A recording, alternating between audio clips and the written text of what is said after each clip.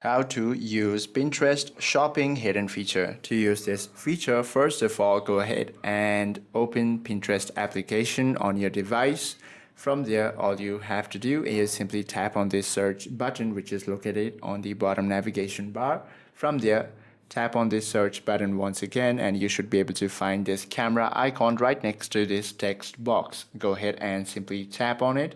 From there, now use this camera to take a picture of any certain products, or simply tap on this gallery icon, which is located on your left hand side, and select your product's image. And once the searching is completed by the Pinterest, you will be able to find quite similar products like this. All you have to do is simply tap on it. From here, you should be able to visit their site to purchase quite similar products or even the same.